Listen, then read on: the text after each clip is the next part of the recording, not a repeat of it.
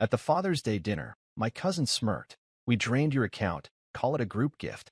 Then my brother added, you always say family comes first, so we came first. I smiled, canceled every payment in their names, and left the table quietly. 10 minutes later, the doorbell rang and everything changed. You always did act like the wallet of the family, my cousin Josh said, clinking his glass and flashing the kind of smirk you usually reserve for someone you're about to humiliate on purpose. I didn't say anything. I was too stunned by the way everyone else at the table laughed. You're kidding, I said, forcing a chuckle. Right? That's when my brother Dylan leaned back in his chair, napkin still tucked into his collar like a bib, and said, you always say family comes first. So we came first. Simple math. I looked around the table. No one looked shocked. Not my mother, who kept sipping her wine like this was a normal Thursday. Not my father, who had just raised his glass a minute ago and toasted to strong family ties. Not even Aunt Monica, who once cried over an overdraft fee and now blinked at me with a shrug.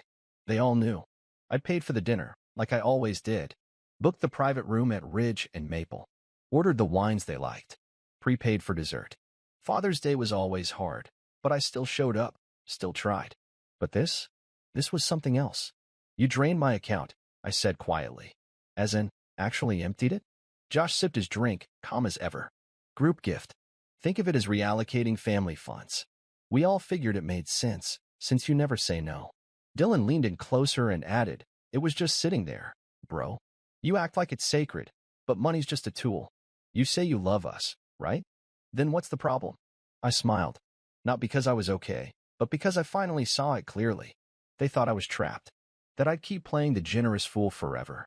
That I was too soft to ever walk away. But they forgot something important. I may have paid for dinner, but I still had the receipts.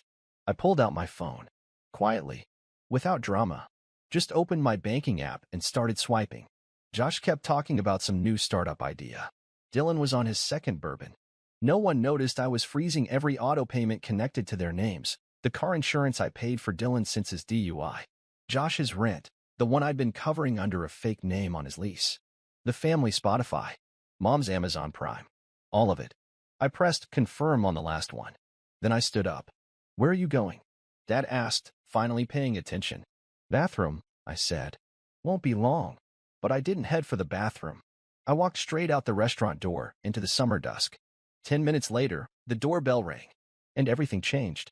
The first text came before I even reached the parking lot. Dylan, what did you do? Then another. Mom, sweetheart, can you please come back? There's been a misunderstanding. And then one that made me stop walking. Josh, bro, it was a joke. Come on. A joke. They thought draining my account, mocking me in front of a room full of extended family, and raising a toast to my humiliation was a joke. Let's rewind. It didn't start at dinner. It started long before. Years before. I was the fixer.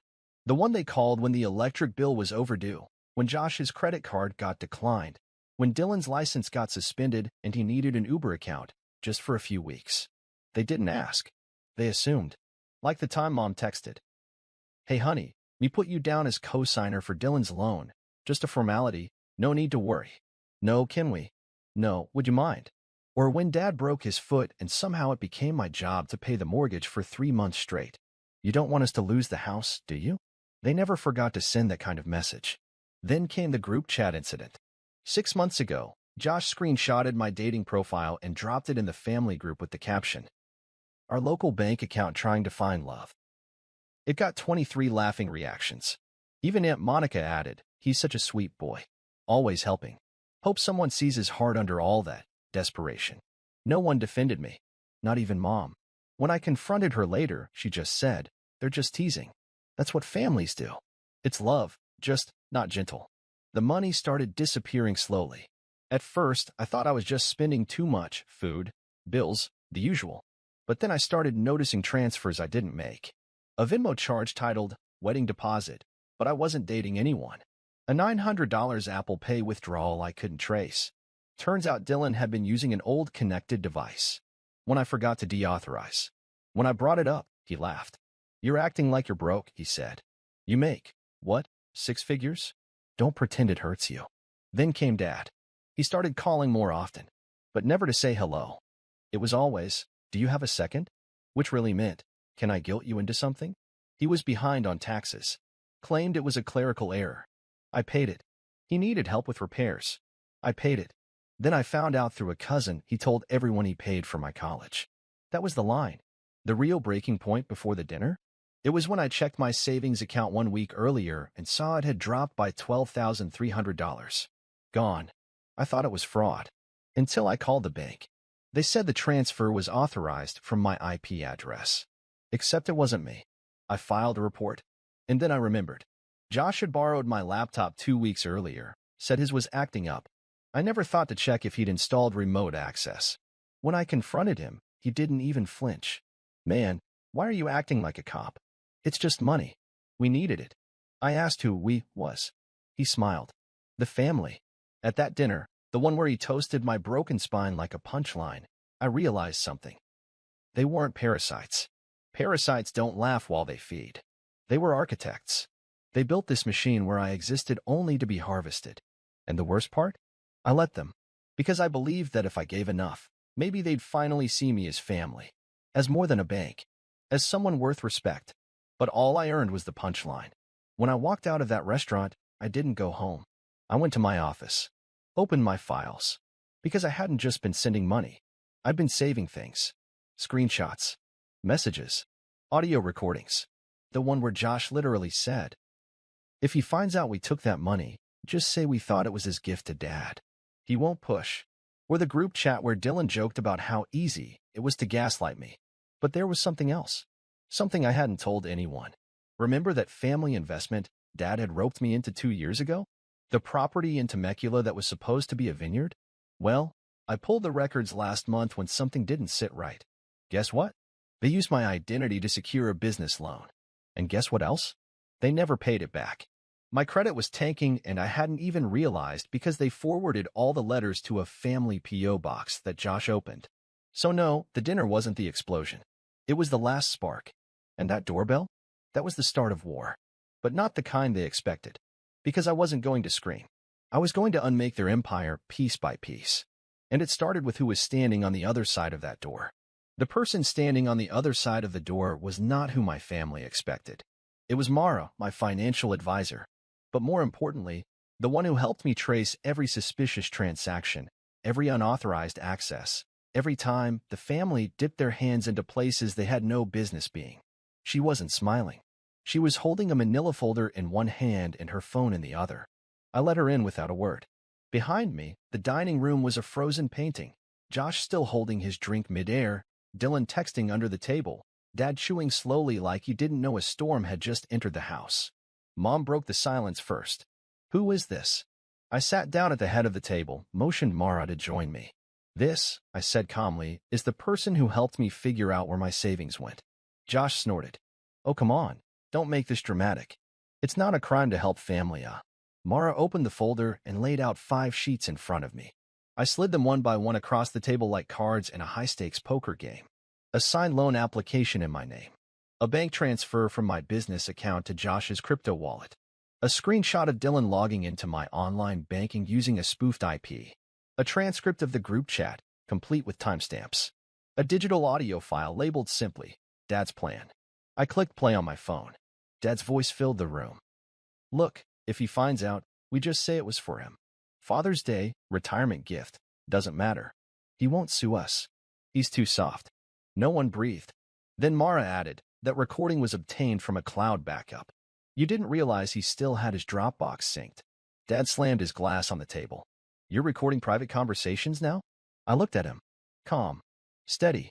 "No, you recorded them. You just weren't smart enough to delete them." Josh stood up suddenly. "This is insane. You're acting like we're criminals." It was a family misunderstanding. Mara handed me a small black flash drive. "Show them the drive." I pulled out my laptop and plugged it in. What played next wasn't an audio file. It was a folder named family_debt_repayment_agreement.pdf, forged, digital, created from a template my cousin had used to fake a contract between me and Dylan. The signature on it? Mine. Except I never signed it. Mara zoomed in on the metadata. Created by Josh.Lockwood. I turned the screen. "Recognize this, Josh?" His mouth opened, then closed. Dylan cursed under his breath. I didn't know he was going to actually file it, he muttered. Louder, I said. Dylan looked up. I said I didn't know he was going to file it. It was supposed to be for emergencies. And the $12,000 you moved from my account last week? I asked. Silence. That's when Mom stood up, her voice trembling. You're tearing this family apart over some money? I laughed. That kind of laugh that sounds more like a sob snapping in half. No, Mom. You did. When you all decided that love was measured in withdrawals. I reached into my bag and pulled out one last thing, an envelope. Inside, copies of every payment I'd made in their names in the last 3 years. Over $86,000. I read the total aloud. Josh turned white. Dylan stood up, mumbling, I need air, and left the room. Dad looked down at his plate like it had betrayed him. And Mom? She just whispered, we didn't know it was that much. That's when the doorbell rang again. Everyone flinched. I smiled. I think that's for you. Dad opened the door. And in walked Eric, my cousin's ex, the one everyone called a drunk and a failure. Except now, he held a tablet in his hand and nodded politely at me. Ready? He asked. I nodded. He placed the tablet on the table and hit play. It was a video call recording. Josh, on screen, 3 weeks earlier, talking to Eric. Listen, we're going to drain his account and call it a Father's Day gift. He won't even check. If he gets mad, we'll spin it. What if he finds out? Then we make him doubt himself. You're good at playing innocent. You're good at acting shocked, right? Eric paused the video. I saved that call, just in case I needed to remind people who really betrayed me. Josh lunged for the tablet, but Mara was quicker. She snatched it back and said, touch it again, and I will press charges. Dad turned to me, his face red, veins visible on his neck. You think this makes you better than us? You just embarrassed us in front of each other. That's not family. I stood up slowly. No, that's finally telling the truth. Then I turned to everyone at the table. This is your notice. I've canceled every payment, every transfer, every cosign loan, every auto debit tied to your lives. Your subscriptions are dead. Your Netflix? Gone. Spotify? Gone. Josh's rent, Dylan's insurance, Mom's grocery card, dead. I let that sit. Then I added, and tomorrow, the IRS will receive a full report of the fraudulent loan taken in my name. Good luck with that audit, Dad. He lunged forward like he might actually hit me. Eric blocked him with one hand. Sit down, he said coldly. The air went cold. I gathered the papers, tucked the drive in my pocket, and turned to leave. Josh muttered, You're seriously leaving after all this? I stopped at the door. Looked back. Yeah, quietly. That's more respect than you gave me. And then I left. Out into the night. No yelling. No drama. Just a man who finally decided that the family name meant nothing if it came attached to chains. The next morning, I pressed publish. Not a dramatic video. No crying selfie. Just a post. Title, What Family First Really Meant in My House. Then I attached the files. Screenshots of the group chat. The forged loan. The audio of Dad. The fake repayment contract. The bank records showing $86,000 gone. And finally, the video of Josh laughing about gaslighting me. I didn't tag anyone. Didn't need to. Within 3 hours, it had 12,000 shares. By noon, it hit a local subreddit. By evening, it was on Reddit front page under r/entitled people. Then TikTok picked it up. Some user cut the clip where Josh said, You always say family comes first, so we came first, and paired it with a slow zoom on the bank statements. It went viral. 3.2 million views in 24 hours. I didn't read every comment, but the tone was clear. Imagine mocking someone who literally funded your life. That smile at the dinner table? That's generational trauma snapping. Bro handled it like a boss. Quiet revenge is delicious. Who's the loser now, Josh? That evening, Dylan texted me 19 times. First, we need to talk. Then, that post is ruining us. Please delete it. Then finally, you think this is funny? You're burning down your own family. I left him on read. Around 8 p.m., I got a DM from someone I didn't recognize. It was a local reporter. She said the story had exploded online and people were asking if it was true. She asked if I wanted to comment. I sent her a single line. Everything I posted has a paper trail, and you haven't seen half of it. She published the article that night. Title, Family First, Until the Money Runs Out, A Quiet Son, an $86,000 betrayal, and the viral fallout. The article blew up. Then came the reactions. Mom posted a long Facebook message the next morning. We may not be perfect, but we are still family. The internet shouldn't be a place to destroy the people you love. Forgiveness matters. The comments didn't go how she expected. Did you forgive yourselves when you stole from him? Forgiveness isn't a free pass. Lady, you raised a snake pit, and now you're surprised it's on camera. Then came Josh. He tried to post a rebuttal, claimed I misrepresented everything, said it was just financial support with miscommunication. Someone found a Reddit comment he made 6 months ago bragging about milking his cousin's guilt complex. He deleted his profile that night. Dad? He didn't post anything. He lawyered up. I got a cease and desist letter, typed in Comic Sans, if you can believe it, accusing me of slandering the family legacy. I sent back a 1-page reply. Just 1 sentence. Truth isn't slander. And you lost your legacy the day you weaponized my love. And then something happened I didn't expect. The bank called me. Turns out Mara had flagged so many suspicious transactions that they launched a formal investigation.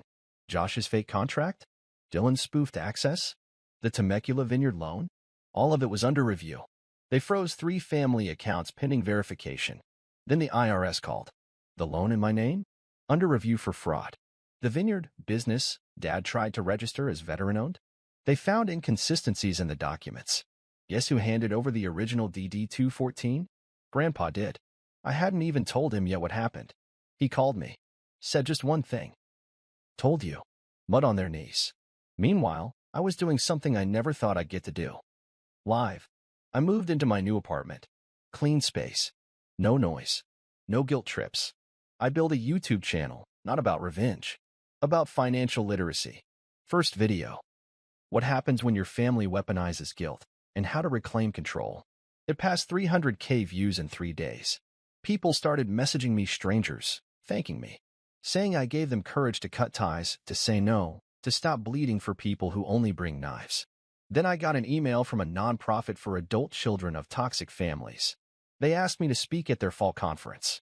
I said yes. Dylan tried one last thing. He showed up outside my apartment. Hoodie, tired eyes, cheap flowers. Said he wanted to talk. I opened the door just enough to say, I spent years making your life easier. You spent those same years making mine hell. I'm not here for your redemption arc. Then I closed the door. Final blow? I changed every login, every number. Closed the joint account Mom used for emergencies. Canceled the Prime, the Spotify, the gym memberships, the Costco card, all of it. Then I made a final post. No drama. Just a photo of my keychain with a new tag. Account closed. Caption. Turns out family wasn't first. I was just the first they used. You know what I realized? I wasn't angry anymore. Not after the comments. Not after the viral videos. Not even after the bank investigations or the cease and desist letter written like a passive-aggressive church bulletin. I was done. Done pretending I was part of a family that only dialed my number when a bill was due. Done buying peace with silence.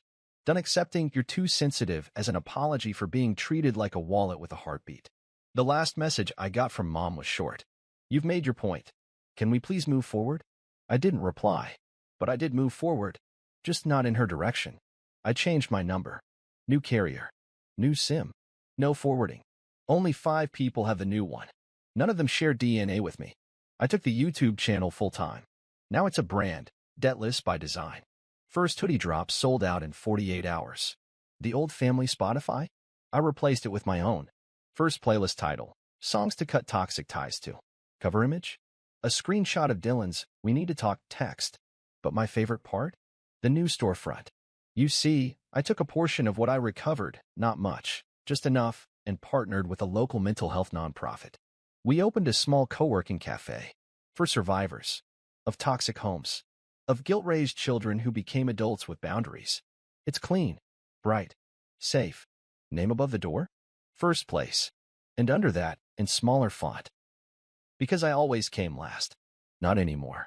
The ribbon cutting went viral. Again. Someone tagged Josh. He didn't comment. Dylan posted a story. Some people forget who fed them. I almost laughed. You didn't feed me. I paid for dinner.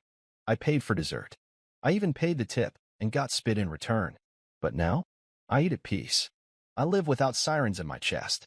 I sleep without wondering who's going to message me at 2 a.m. asking for a quick $400 or reminding me of how much we did for you growing up. Let me say it loud. I am not a villain for choosing peace. I am not cruel for refusing to bankroll my own abuse. And most of all, I am not your redemption story. This story is about setting boundaries, not revenge.